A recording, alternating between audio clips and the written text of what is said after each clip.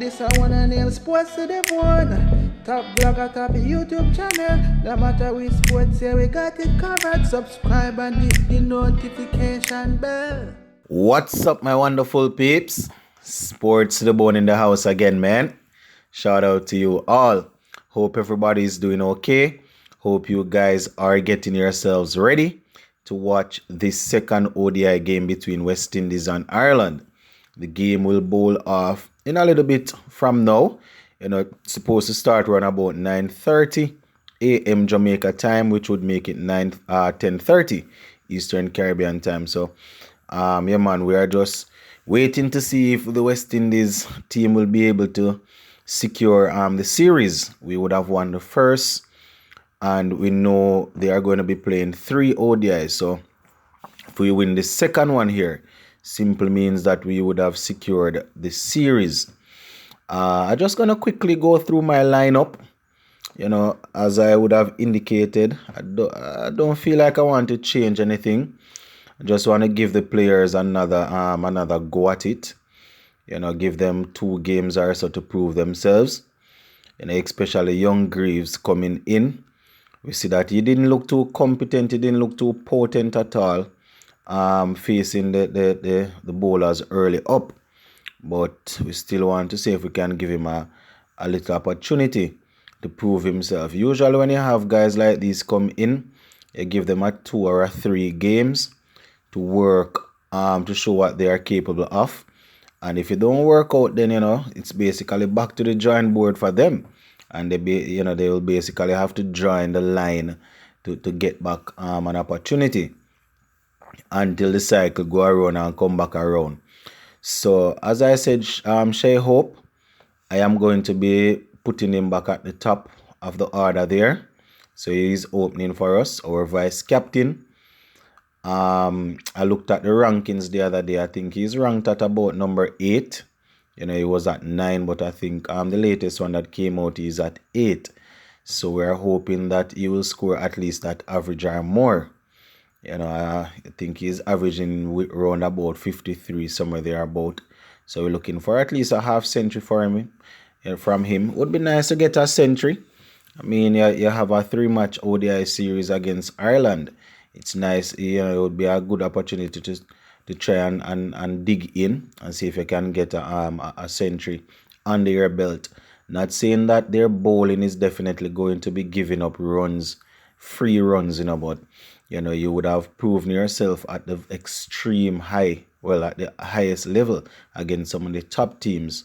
So, if you go up against Ireland, albeit our team is not too far from them, but somebody like a Shai Hope in ODI, this should be the perfect opportunity for him to buckle down and get some runs. It might, as a team, we might not be too far apart from them, but somebody like a Hope at the top of the order, would be nice to see him buckle down and get some runs. The youngster now, Greaves, he will definitely need to get some runs underneath his belt, and you want to make sure that they work for his wicket, because when you are coming into a team, when you are new in a team, you can't come in and just get out any way. You might see some of the guys that are there long before you, some of the so-called veterans, or some of the so-called better players. You might see them getting out, doing stupid things and playing silly shots.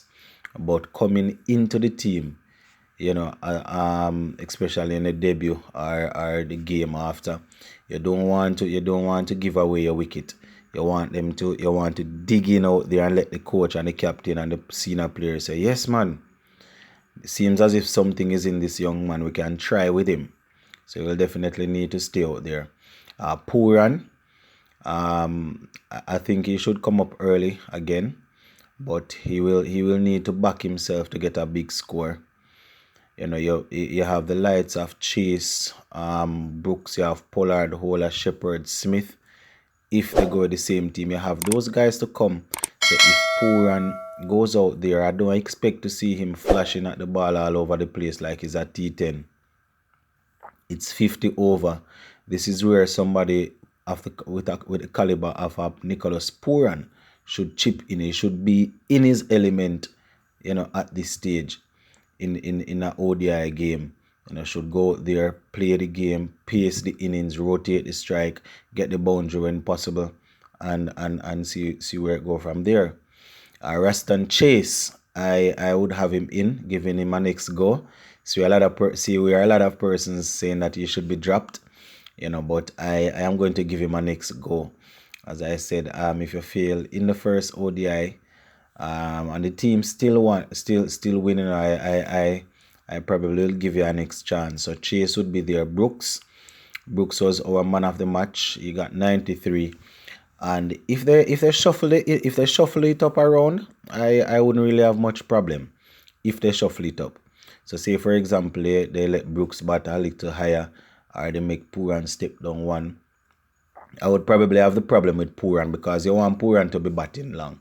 You want to send him out early, let him go there and pace himself and bat. You understand? So after Brooks we have Pollard. Pollard got a half century in the first game there, so his confidence will be up. He will be looking to strike the ball as usual. Jason Holder, it wasn't his best game. He came in at the back end there when we were basically running out. So he had to try and strike it, and he went at it from early.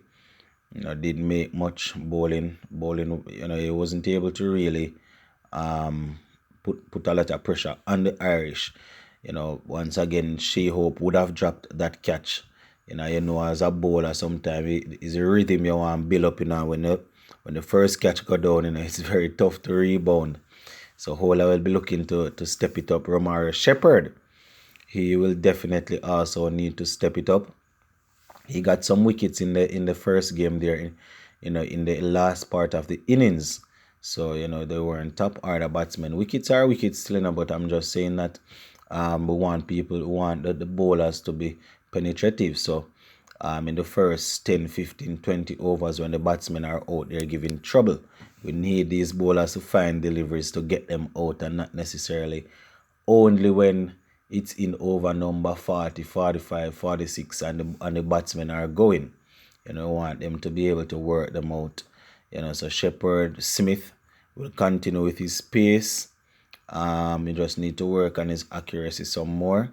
His pace will be good, and his batting, he will be expected to chip in with the batting.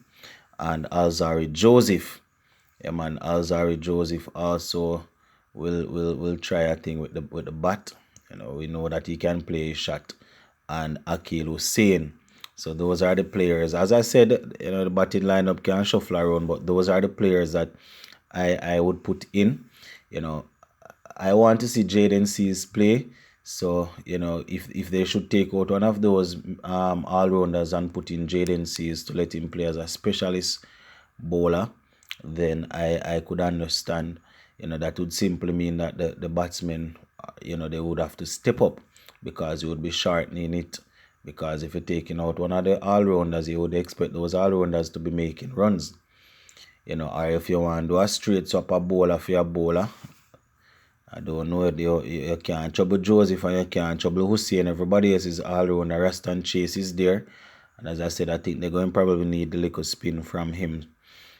So I don't know. I don't know, my viewers and subscribers. It's going to be a pretty interesting watch. But those are the 11 players that I would use, I was listening to the news last night, and I saw where Paul Sterling did an interview, and he was saying that they came here to the Caribbean to get points.